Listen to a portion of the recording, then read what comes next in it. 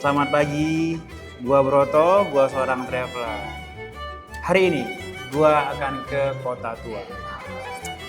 Tapi sebelumnya gua pernah sih ke Kota Tua, cuma nggak tahu detail. Gua cuma tahu yang yang meriam, terus apa lagi?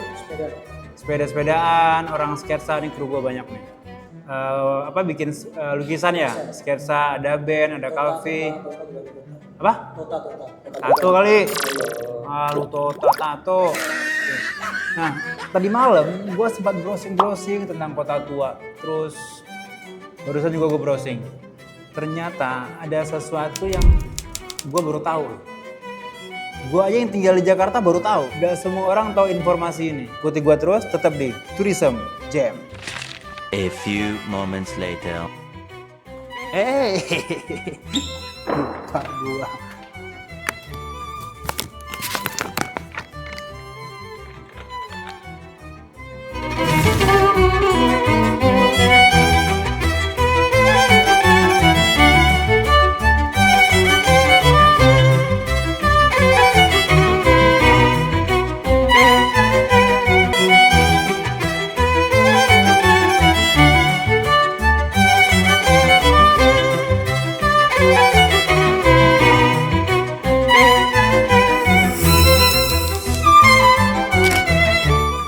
Nah, Pak Didinya di sini udah nungguin. Kabarnya, Mas? Alhamdulillah, Bapak sehat? Alhamdulillah. Maaf, sehat telat dikit. Nah, coba Pak Didi perkenalkan dulu.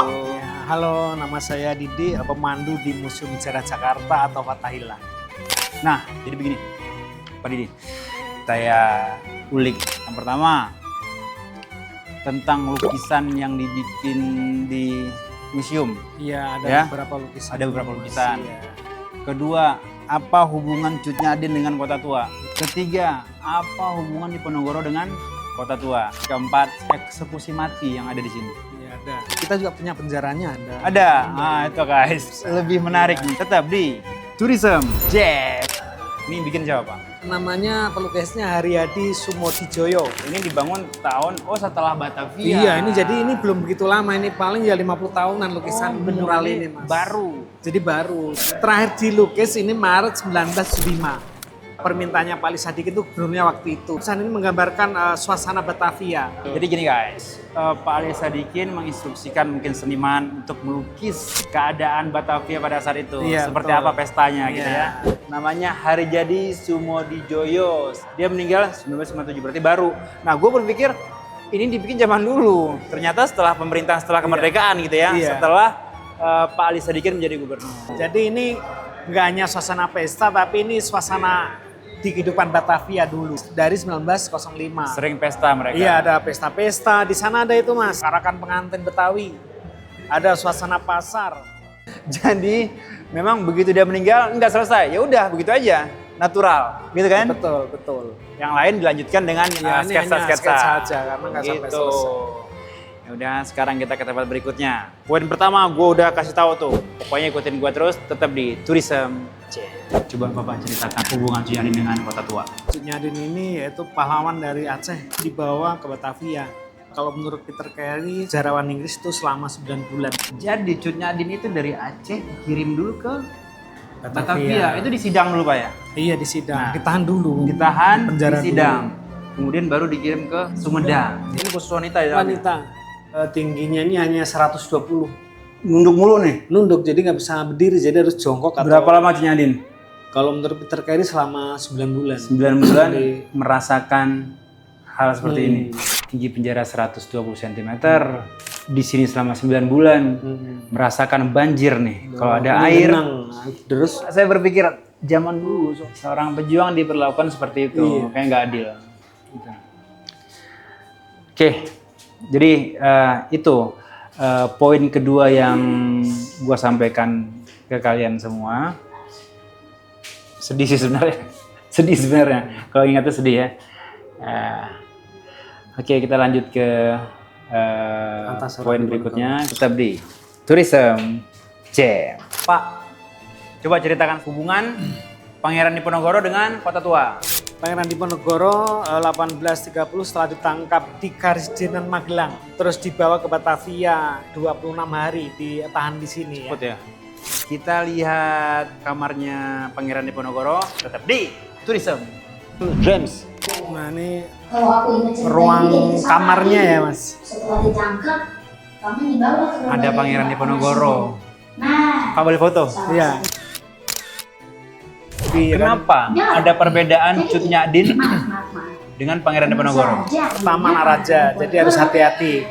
Kedua pasukannya masih kuat. Sebenarnya pasukannya masih kuat ya Mbak. Yang perang Jawa ini perang terbesar di sejarah perang Indonesia. Belanda itu 16.000 lebih pasukannya meninggal, nah, akhirnya menyewa tentara bayaran dari Afrika. Jadi itu guys, kenapa Pangeran Diponegoro diberikan tempat yang layak? Karena memang dia ini emang raja yang kuat. Pertama itu ya, dia kaya dan dia juga masih punya pasukan yang kuat, yang sangat setia kepada Pangeran Diponegoro. Iya. Itu hubungan antara Pangeran Diponegoro dan Batavia. Banyak orang nggak tahu, orang berpikir Pangeran Diponegoro ditangkap udah gitu aja dikirim ke Makassar. Padahal disidang dulu di sini, sama kayak Cut Nyak tadi ya. Sini ya. Wah, ini balkon. Ya ini balkonnya sini Mas. Pada zaman VOC, balkon ini digunakan para hakim, terus Gubernur Jenderal Belanda mengendalikan eksekusi hukuman mati ya. Jadi di depan pelataran teras ini, nggak di luar sana ya, di dalam teras yang ada pagarnya ini, tapi sebelah depan sebelah kiri. Nah ini tempat hukuman mati. Nah hukuman mati ada 3 macam, ada tembak, gantung, ada pancung ya. Oh, nah seperti itu. Yang dihukum mati nggak nyampe pribumi. Tidak hanya pribumi. Jadi kalau itu membahayakan Belanda, bahkan Gubernur Jenderal Belanda yang di Sri Lanka itu Petrus Quips, pancungnya di balai kota sini ya. Oh, jadi bisa kita simpulkan di sini juga terjadi tempat eksekusi Iya. bagi masyarakat yang salah, dan bukan hanya masyarakat pribumi, tapi juga masyarakat Belanda yang membuat salah juga dihukum di sini. Kalau memang harus dipancung, dipancung. Iya, Kalau memang hukumannya harus berat. tembak mati, tembak Iya. mati. Iya. Kalau memang harus digantung, ya digantung. Gitu. Bukan hanya pribumi. Oke guys, tetap di Tourism. Oke, Pak Didi. Yang pertama tadi lukisan Cut Nyak Pangeran Diponegoro. Nah, yang terakhir nih Pak. Ini gedung siapa yang bangun nih? Jadi tahun 1619 YP Kun bawa 1.000 orang Ambon, Banda Neira Itu ke maksud Batavia. Itu ada dari apa namanya Makassar ada, dari Jawa ada. Itu tawanan semua. Itu ya istilahnya Masyarakat sana ya. tawanan. Jadi memang yang saya baca Pak, yang gue baca, orang dikumpulkan di sini untuk ngebangun kastil dari Makassar. Iya. Dikumpulkan di satu tempat, jadi kampung Makassar. Orang dari Bali ribuan dikumpulkan di satu tempat. Bahkan Bali itu ada beberapa periode yang akhirnya mereka dijadikan tenaga paksa, tenaga kerja. Iya. Lama-kelamaan mereka tuh memberontak. Membangun sebuah komunitas. Menamakan diri mereka Batawi ya. Iya. Jadi itu, cikal bakal masyarakat Betawi itu ya dari mereka-mereka itu, dari Ambon, Makassar, Bali, mana lagi tuh? Cina juga Jadi ada ya. ibaratnya di sini itu pendatang banyak kan. Cina juga ada, Iya, Arab Cina juga ada ya. Cina, Arab. Nah, jadi itu asal mulanya masyarakat Betawi. Jadi itu guys, semoga bermanfaat. Kita sama-sama harus memahami sejarah, harus mengenal sejarah. Bangsa yang baik adalah bangsa yang menghargai sejarah. Warga yang baik adalah warga yang sangat menghargai sejarah. Kita belajar dari sejarah. Kalau kita mau negara ini maju, kedepannya lebih berkembang, kita belajar. Oh dulu seperti apa, jadi ke depan jangan seperti ini. Seperti eksekusi mati tadi, sebenarnya nggak perlu terjadi.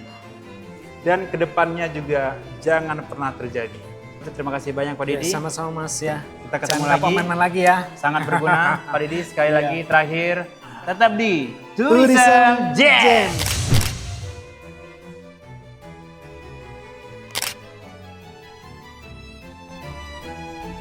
Oke guys, sepertinya perjalanan kita di Kota Tua sudah berakhir. Sangat menarik.